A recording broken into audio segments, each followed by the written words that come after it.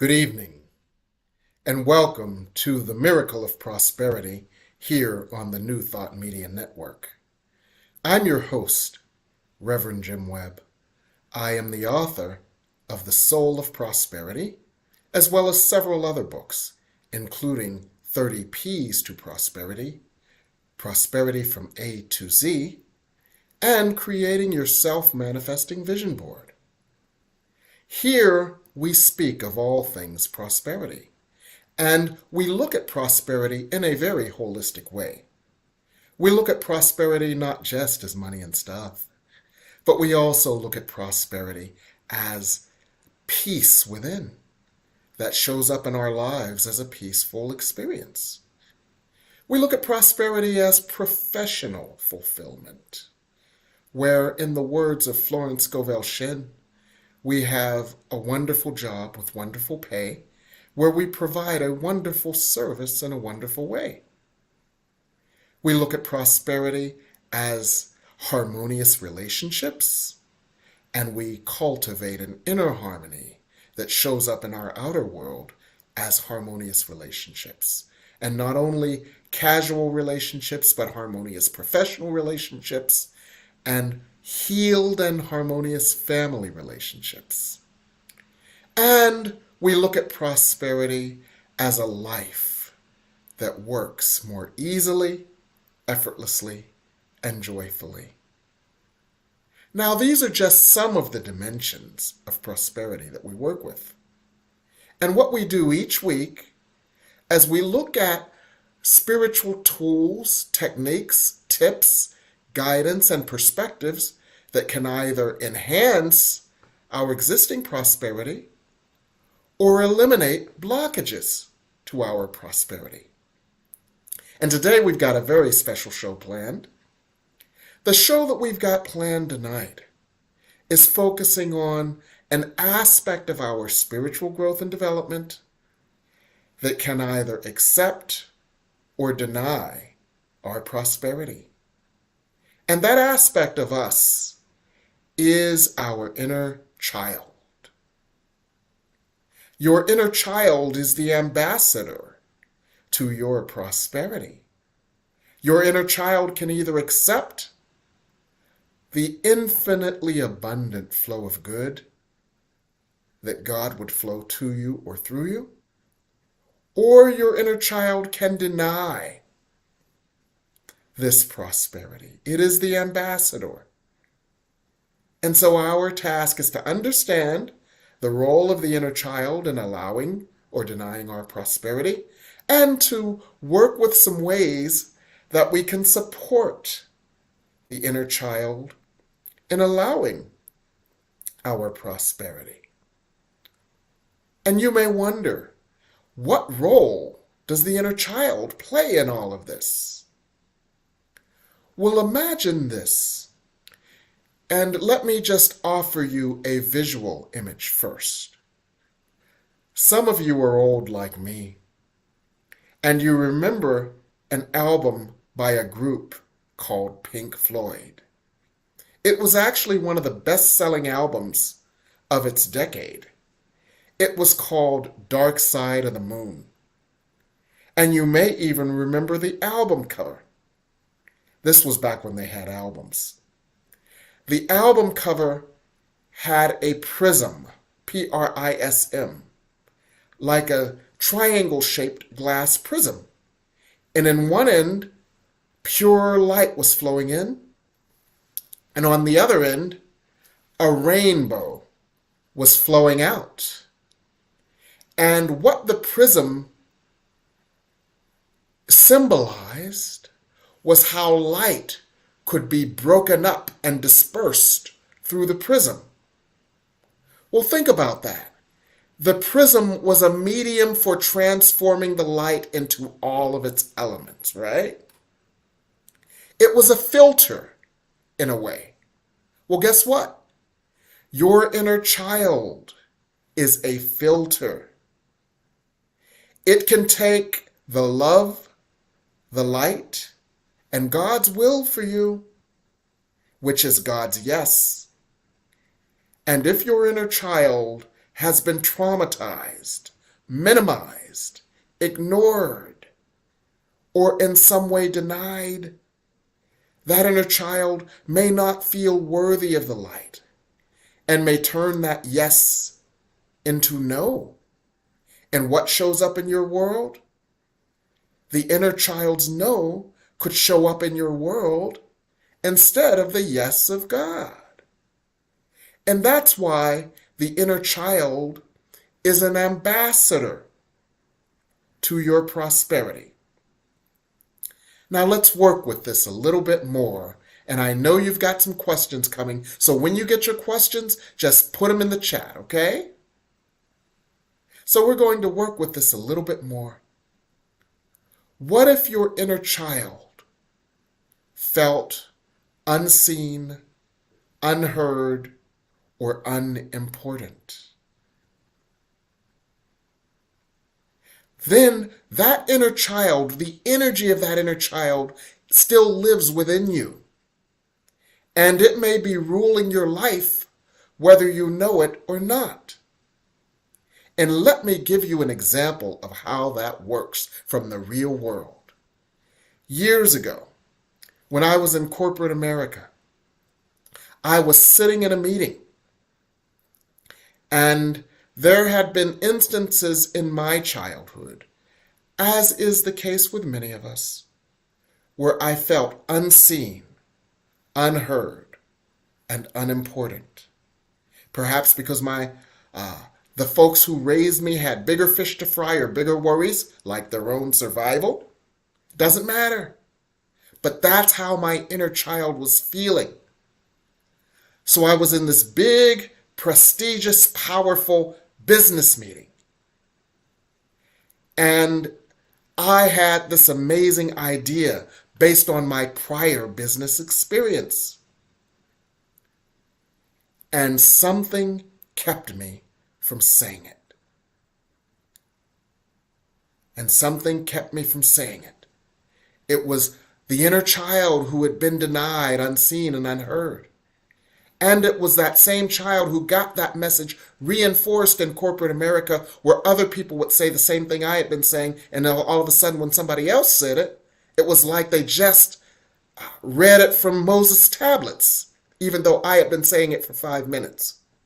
So my inner child had learned that it was unloved, unseen, unheard, so why bother? So when I got this wonderful idea, I was tongue-tied. I didn't say anything. Eventually someone else said anything, and yet again, it was as if they were reading from Moses' tablets. And it was like, I had that idea 10 minutes ago. Why didn't I speak up? Then I could have been the golden boy for once. Well, I wasn't, because my inner child held me back.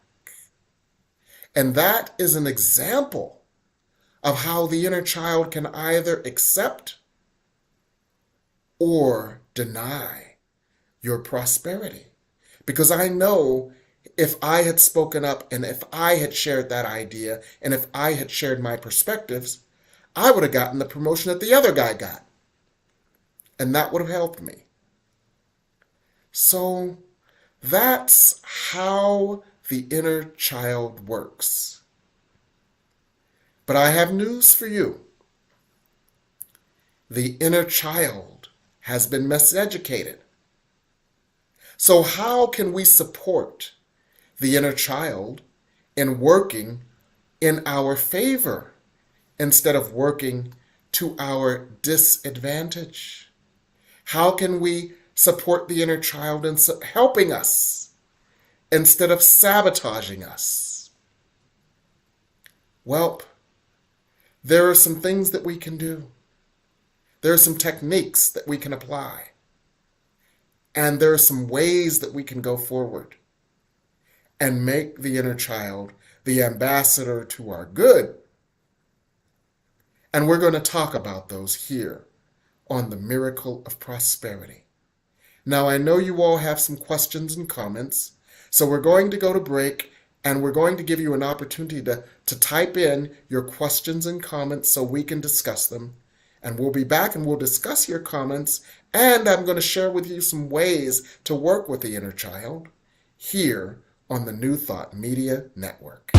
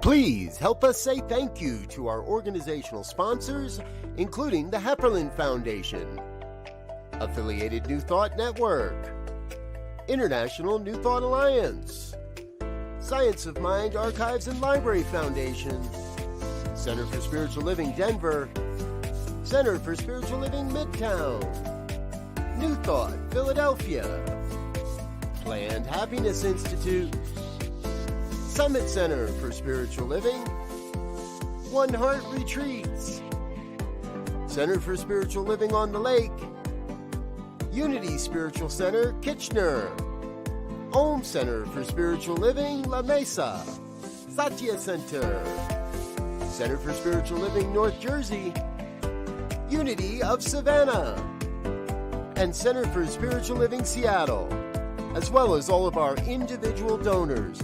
Thank you for making New Thought Media Network a place to be. Please come be you. And remember, like, share, and subscribe. New Thought Media Network, positively inspiring.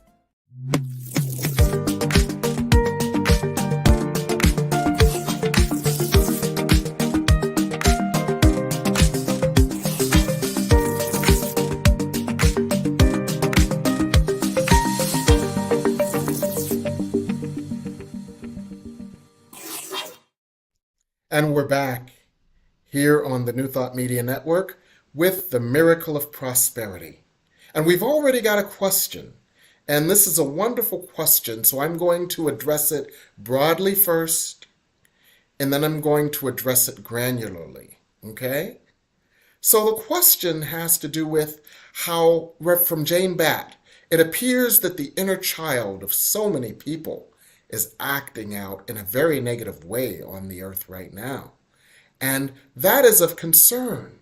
So how can we address that? Well, first of all, let us acknowledge what we are experiencing.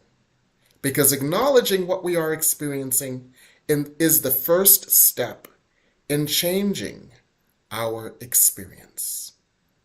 Collectively, on the earth right now, we are seeing rage, anger, and pain, and groups who believe they are separate from each other, inflicting pain on other groups, whether it be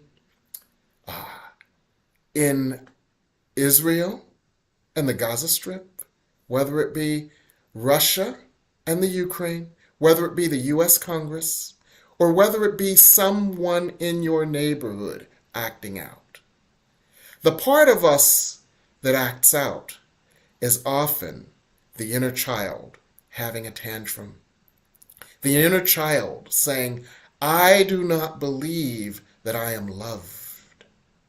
And you know, as a child, you depend on everything outside of you for your survival.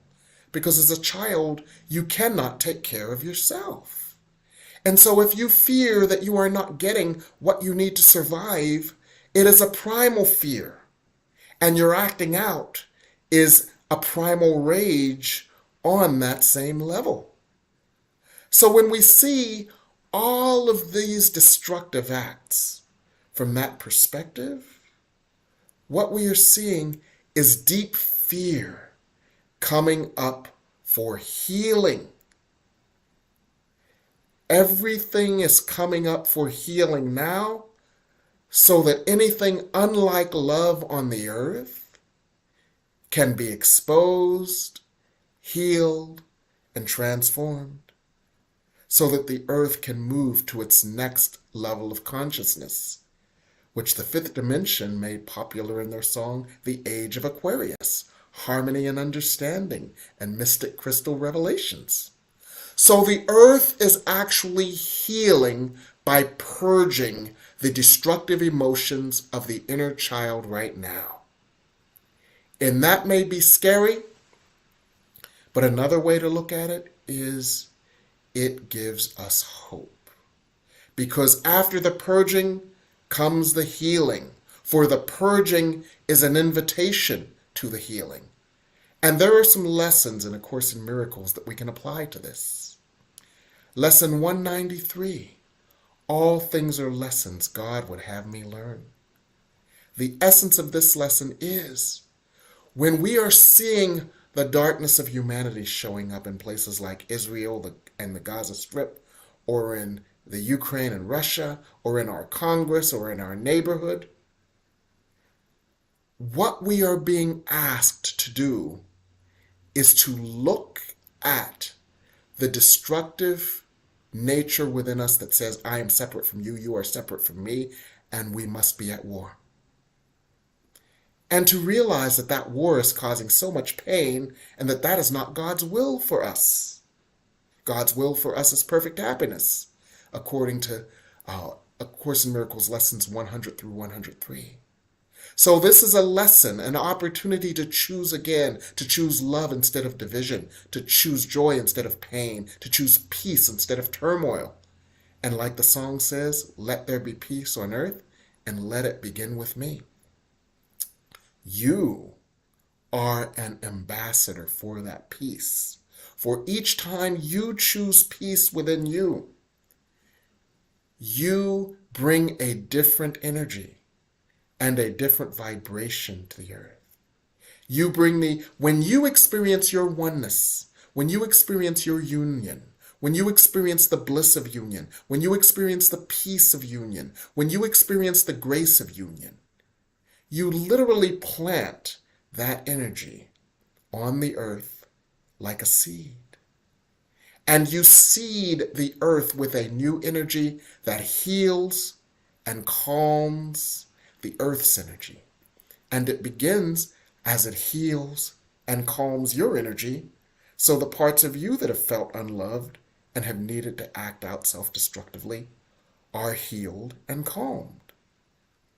And when you look at it from that perspective, and when you remember that all things work together for the good, and these are just lessons that God would have you learn, then you can remember lesson 292. A happy outcome to all things is assured.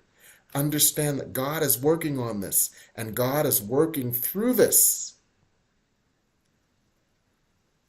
And God wills, and God's will out. Spirit has told us recently and regularly that the light has already prevailed. And you might question that. You might say, well, how has the light already prevailed when all we are seeing is darkness? And let me share it with you this way. By the time the darkness comes up for healing, the lion's share of the process is already complete. When you are seeing what you are seeing now and its destructive nature, it has 80% of it has already been healed because it has taken that much of the energy of light to unearth it, to bring it to the surface, to bring it up for healing. So most of the healing is already done. And when you think of it that way, you can rest assured that the light you carry and the light that is now available on the earth that hasn't been available before is already taking care of it. And that happy outcome that is guaranteed by God is well on its way, because A Course in Miracles lesson 292 says, a happy outcome to all things is assured. And understand that help is on the way. And so we get a couple of questions about how it seems that the energy of the inner child is no match for the energy we see on the earth. And this is how we can understand that differently. The energy of the inner child has forgotten its magical nature. The energy of the inner child has forgotten its divine nature. And the energy of the inner child has forgotten that it is tapped into the same power that created heaven and earth. So the energy of the inner child has forgotten that it is powerful beyond measure. It has been told, sit down and shut up, one time too many. It has been ignored, one time too many. It has been put in a corner. Baby has been put in a corner, one time too many, until it forgot. But what we are doing with our spiritual growth, development, and healing is we are reawakening that inner child. We are reawakening that inner child. Sometimes when we go and work with our inner child, it feels like the inner child has been locked in a closet for 40 odd years. And the inner child doesn't trust. And the inner child has absolutely forgotten its power. So how do we re-empower the inner child so that it recognizes its power, its connection, its lovability, and its innocence? Well, we do so by visiting the inner child regularly. The child needs to trust you. The child feels as if you have abandoned it for 40 years as you've been engaged in your trauma and your drama and your adult life. So we have to go back and rescue the inner child. How do we go back and rescue the inner child? We first create the pattern, the habit, and the energy of safety through meditation, where we go into meditation and we feel the grace of God descending upon us, and we open all of our energy centers to it, and we merge with the energy and grace of God so often that we feel the comforting, blessed assurance of God always. And as we do so, that power within us grows and grows and grows, because it activates the infinite power that has already been there. And we can then focus that energy on any aspect of ourselves, including our inner child. So as we enlighten ourselves, we can then direct our attention and our energy, because energy flows where attention goes, to our inner child. In a sense, we can go to that dark closet where that inner child has been locked in punishment. And we can go there regularly and say, I am here for you. I love you. I am now strong, powerful, aware, and connected, and I can protect you. I can provide for you. I can support you. And the child at first doesn't believe it. And then the child says, where you been? And then the child is angry and mad at you and the world for not coming until now. And so you have to gradually give the child permission to trust you. This is not a one and done. Remember, spiritual growth and development is actually repetitive and cumulative. So each time you visit the inner child, the child trusts you more. Each time you share light with the inner child, the child feels a little bit healed and a little bit stronger and a little bit more confident, and it feels a little bit more loved. So you repeatedly go to the inner child. This is where my friends from Wharton always say, so now you talk to baby dolls, where you kind of rock your inner child as if they're an infant in your arms, and you send them the love and light that they have craved. And eventually, they will trust you. And eventually they will hear you, and eventually they will be healed by you, and eventually they will believe you, and eventually they will feel loved, and eventually they will remember their purpose, and eventually they will feel strong, and eventually they will remember their magic, and eventually they will claim their magic and the magic of the inner child. Because remember, the inner child, before he or she knew no, knew only yes.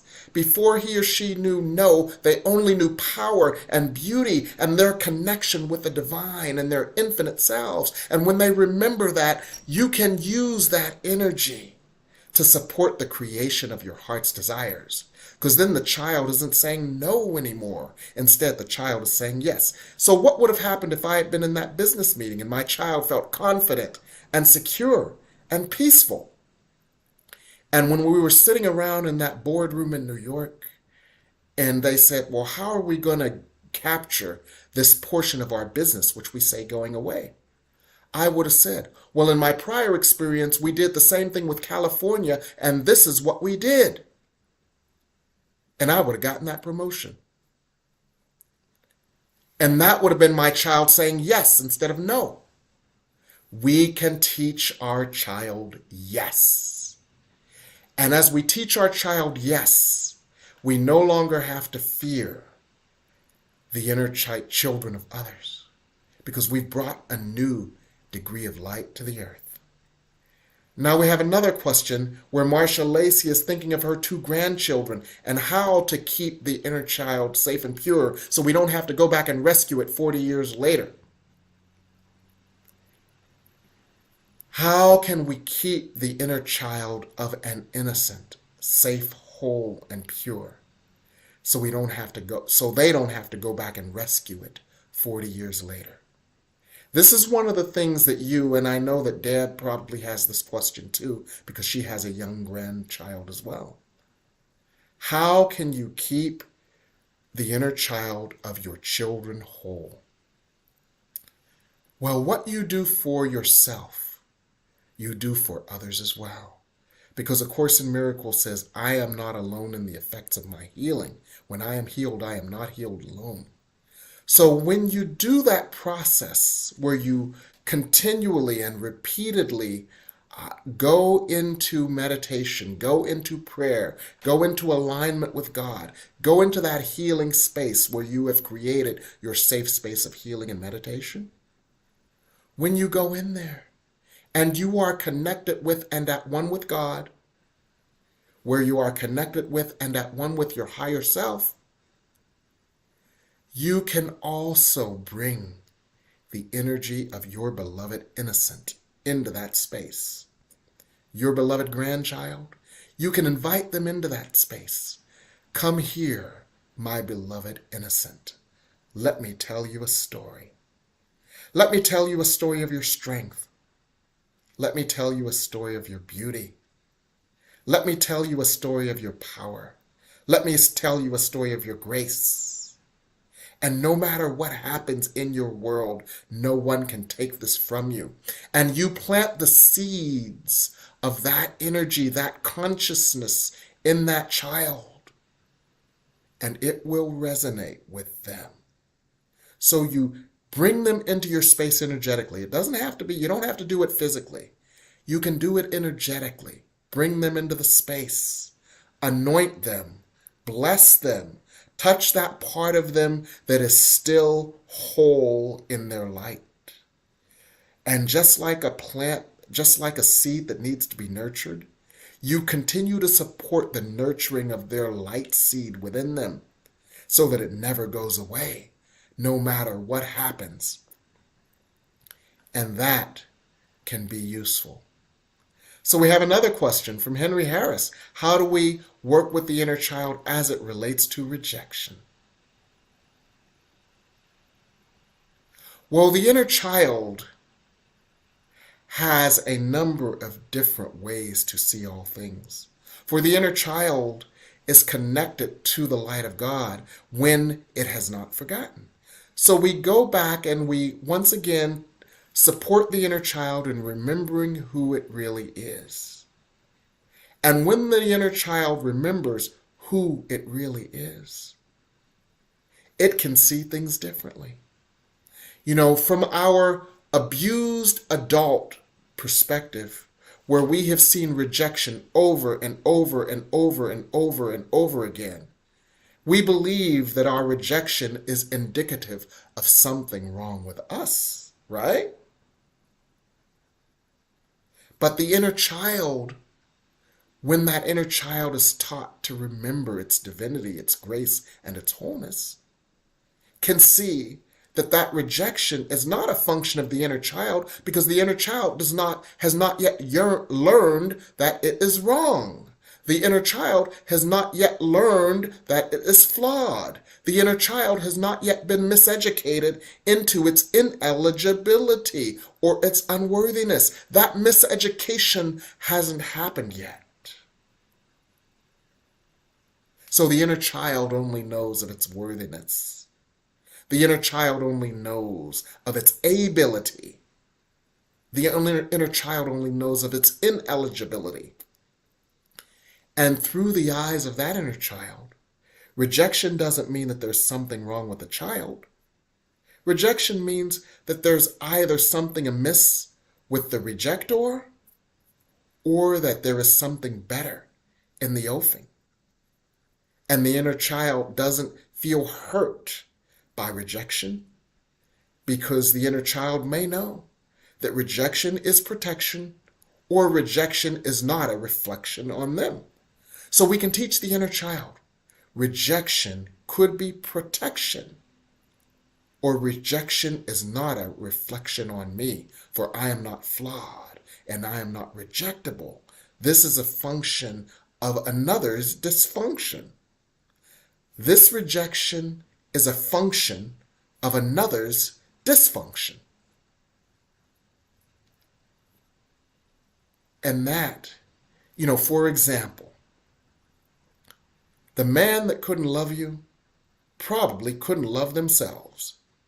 And so your rejection was a function of their dysfunction, right? However, the wounded adult perceives that experience through the prism of all of its other rejection. And the wounded adult receives that experience through its own miseducation that says that there's something wrong with me. There must be something wrong with me because someone rejected me. But the inner child doesn't, as we heal the inner child doesn't know of its unworthiness. The inner child doesn't know of its ineligibility. It doesn't even see that. The inner child sees the dysfunction in another, or the protection of the universe that says, this is not for you because this would hurt you, and we don't want you to be hurt. You don't need to be hurt. It serves no purpose, for you already know of your lovability and your innocence. So why would you hurt the lovable, innocent, beloved of God? So that's how we can retrain and re-educate the inner child. You catch it before it's miseducation, and you heal it at the point before it's miseducation, while it is still in its innocence and its wholeness and its holiness. What wonderfully amazing questions. And we've got some more. We've got one by Isabella. We're going to read that one. So, can you talk more about how faith can allow us to better internalize lessons God would have us learn? The concept truly helps me navigate these very choppy waters. What is faith? The awareness and belief and strength we give to something that is unseen. We don't see the outcome, but we have faith in the happy outcome. And when we don't see the outcome, but we have faith in the happy outcome, we can know that no matter what we're going through in the moment, we can get through it and we will get through it. And that's why I always love relying on A Course in Miracles lesson 292, a happy outcome to all things is guaranteed. Because that tells us that no matter what the lesson, and the way I think of it is just like a ride on Disney. You know how you go on Disney World and you have this wonderful raucous ride and you're thrilled and you're turned upside down and you're jostled and you're spun around and you're discombobulated and you're rattling and jumping. And then you get off the ride. And where do you end up at Disney World? You end up in a gift shop, right? Well, what if we had faith that any time we had a little turbulence in our lives, we were going to wind up in a gift shop with a brand new credit card with a zero balance? Well, guess what? That's what the guarantee of a happy outcome is. No matter how much this thing is jostling right now, I have faith that I'm going to wind up in a gift shop with a brand new American Express card with a zero balance that I can spend. Because all things are lessons God would have me learn. And when I learn the lesson, I don't need this again. And I won't recreate it, and I will create something different instead.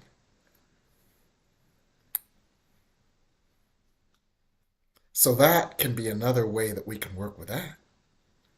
So we have a whole lot more questions, and I welcome even more. But the point of this all is that the inner child is your ambassador to your good, healing, embracing, supporting, loving, visiting, empowering your inner child. So what we've talked about so far is talking to your inner child and sending light to your inner child. There are techniques for listening to your inner child as well. And your inner child may have wisdom and guidance for you. So we're going to go to break right now. And when we come back, we're going to talk about listening to your ambassador to prosperity and letting your inner child guide you to your prosperity. And we're going to do that in a moment. So get your additional questions ready. Type them in while we're on break if you choose. And we'll be back here on the New Thought Media Network. Choice. Your creative superpower. We have the power to manifest as we dedicate attention to our thoughts, but often miss opportunity to achieve the greatest good. Your superpower is waiting to be unleashed to unlock a fuller, more rewarding world for all. Join us every Thursday at noon Mountain Time for Choice, Your Creative Superpower with Zoe DeMuro.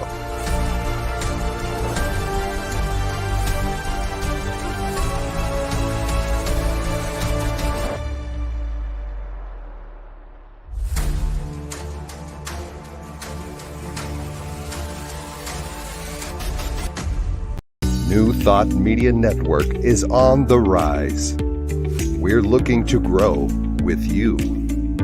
Do you have technical media experience or perhaps a desire to learn? Are you willing to volunteer your precious time and attention? We share this message to benefit all. If you possess a computer with a camera and a microphone, we will share our knowledge with you. Behind the scenes or being the star, let us bless our one. Contact us at info@ntmedia.org.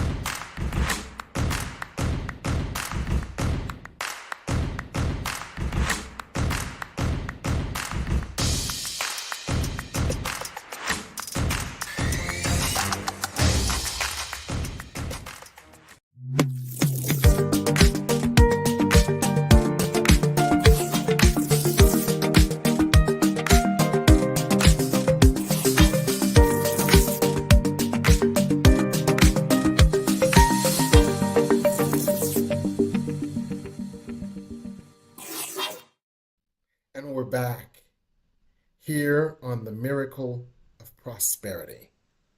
So we've talked about speaking to your inner child, bringing light to your inner child, bringing love to your inner child, and supporting the inner child at the place before you were misinformed or wounded, and focusing on that magical inner child. That inner child may have messages, guidance, and healing for you, but we have to listen to it. And I love Mignon's question. Mignon had a question that leads us right into this, so we'll start with Mignon's question. How do we encourage the authentic expression of the inner child who has been silenced and invisible for years? The first thing that we do is we create a safe space for that child who has felt unsafe for years.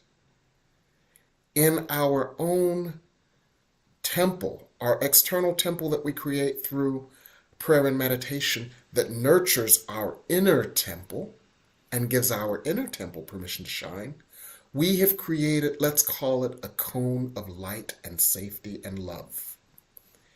And when we invite that inner child into that space of safety and love repeatedly, and this is the key. I know I've said this before, but repetition is the basis of learning. Repeatedly inviting the inner child into that space helps the inner child to trust, number one, that such a space exists, number two, that they can enter that space, and number three, that that space will be there for them whenever they need it. So the more you offer the inner child access into your temple of light, the more the inner child trusts you. And the more the inner child trusts you, the more the inner child feels safe and secure. And the more the inner child feels safe and secure, the more the inner child will be ready to open to you. Now, the first things that happen when your inner child opens to you may be that they have a backlog of grief and rage and sadness and resentment because they feel neglected or rejected. And in that safe space that you create, you have to open that space to hear, accept, and embrace all of them, including the part that, first of all, needs to go into tantrum. Lovingly, peacefully, and unconditionally embrace them with love, even when they're in the midst of their tantrum. Because remember, you're helping them to unlearn what they learned. And what your child learned is when they went into tantrum, they were going to get beaten. They were going to be looked poorly upon. They were going to experience negativity. So they have to trust that when they express that love is unconditional, and they will test you on it. So they will go into tantrum. They will go into morosity. They will go into anger. They will go into stubborn silence. And your task, your first task, is to maintain the space for them to do what they need to do until they trust you completely and unconditionally. Because the first thing they're going to say to you is, where have you been and how can I trust that you're going to come back? You only come back once every 3 months when you get into trouble, and then you go into meditation. You stay for 5 minutes, and as soon as your trouble is cleared, you don't come back again for another 3 months. That's what your inner child may be saying to you first of all.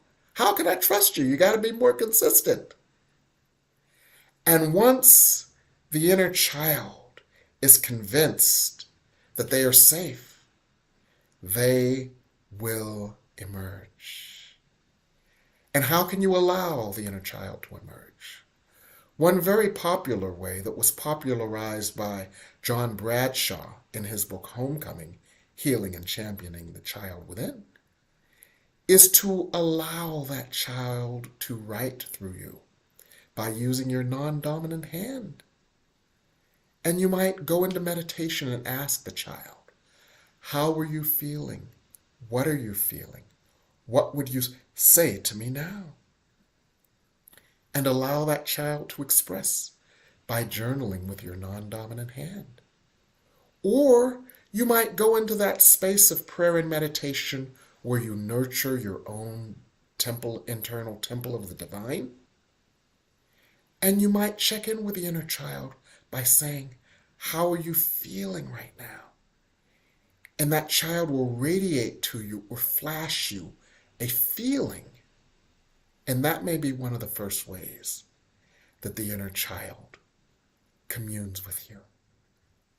And little by little, the inner child will engage with you in dialogue. How are you feeling right now?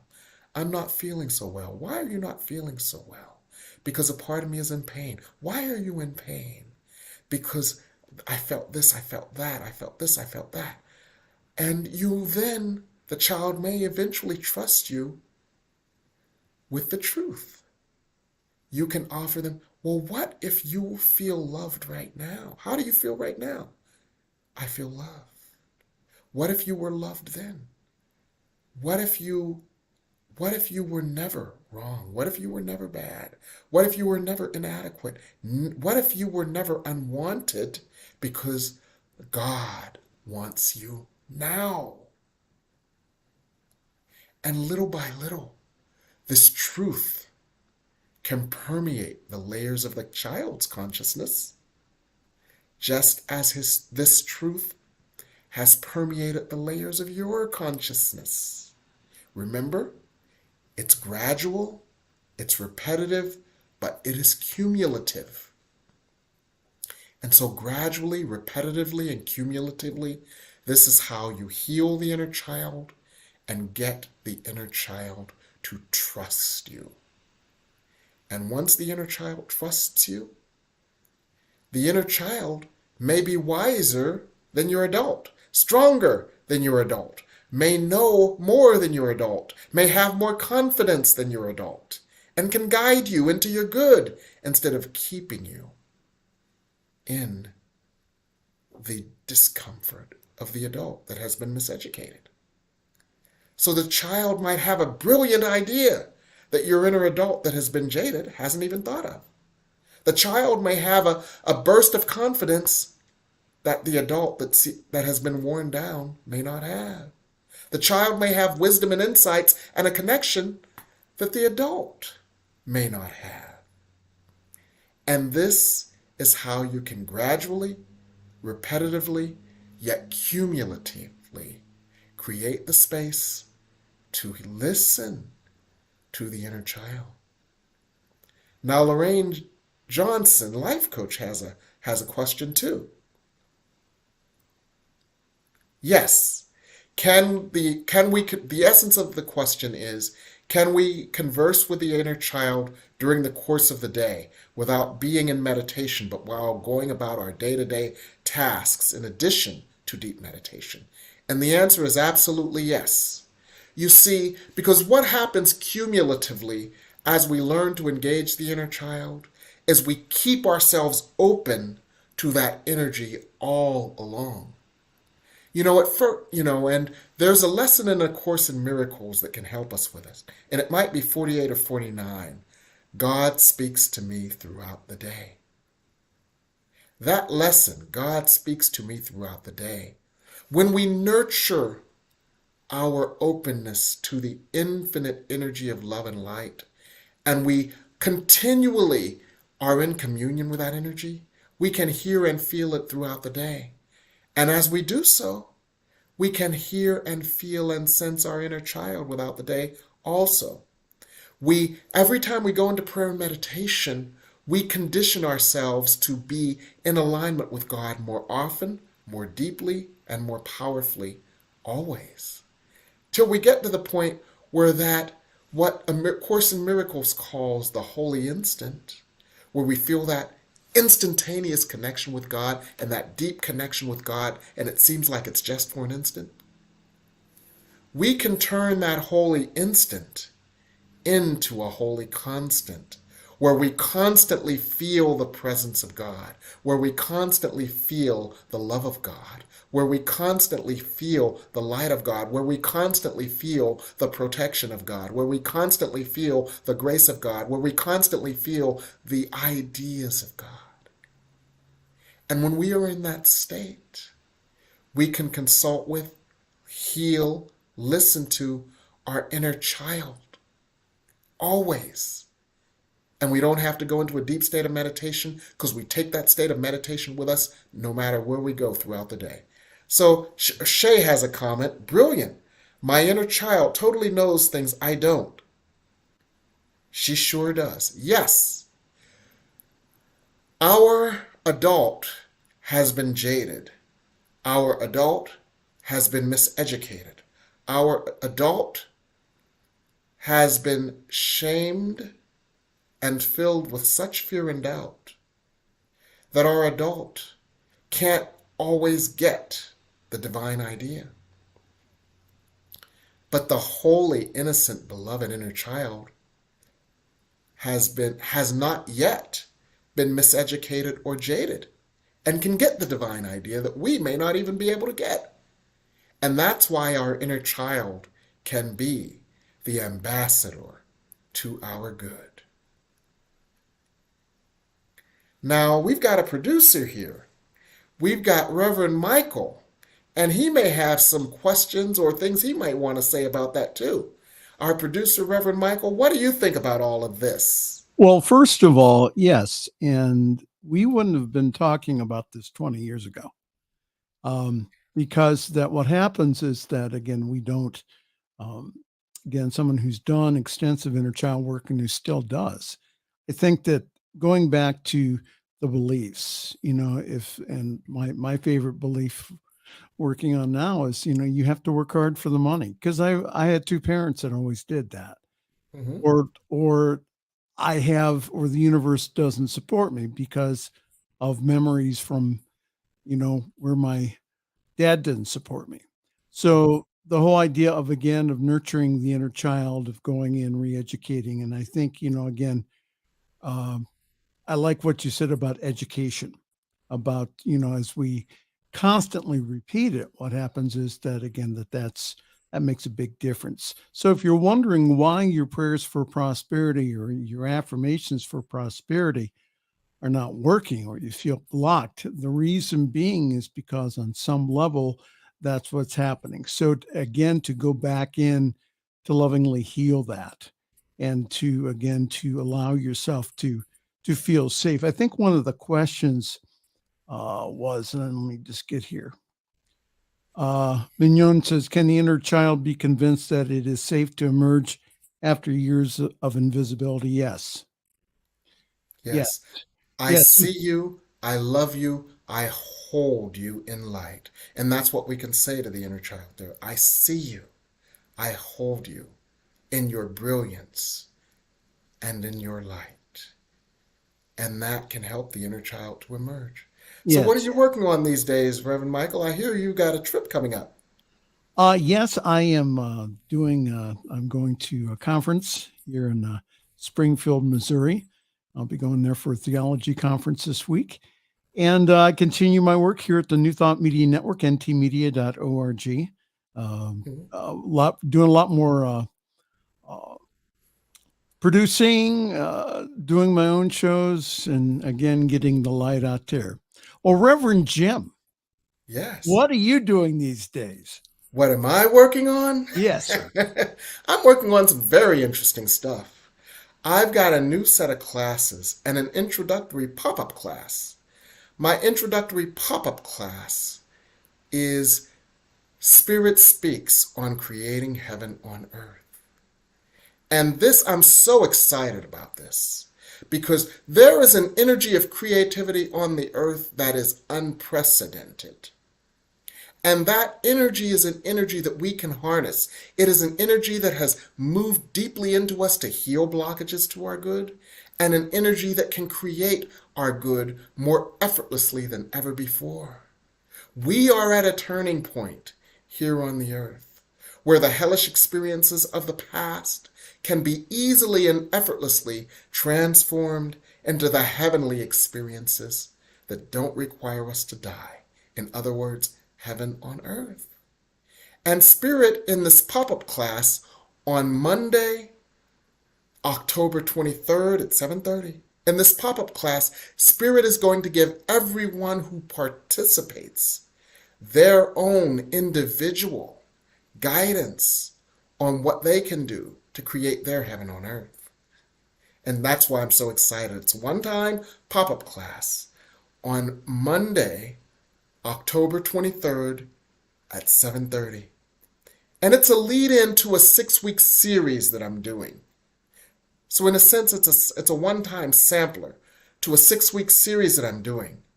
Creating Heaven on Earth, which is a Thursday class which is a practicum. What is a practicum? A practicum is where we do exercises. A practicum is where we have discussions. A practicum is where you experience coaching so that you can take the concrete steps to create your heaven on earth. And then on Monday nights, we're going to do for 6 weeks, Spirit Speaks on Reality Creation. And this is where Spirit continues to help you to create your new reality, where Spirit gives you individual guidance and healing in order for you to create your individual reality, your new reality. And these two classes are so intertwined that they're 2 for the price of 1. Now, I'm also doing an extra half hour as we go forward. These classes used to be from 7:30 to 9, but now you're getting an extra half hour. They're from 7:30 to 9:30.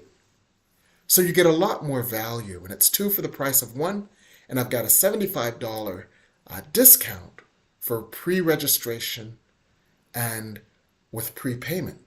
But you've got to register and you've got to pay before the class is filled up. And that's the important thing. So you can text me at this number for more information. You can check out my website, www.revjimwebb.com, and get me before the classes fill up, because they're filling up quickly. And that's what I'm working on these days. So I want to thank everybody, and I want to thank you, Reverend Michael. I want to thank the wonderful questions and everybody who has participated in this joyful journey. And we'll see you next week here on the New Thought Media Network.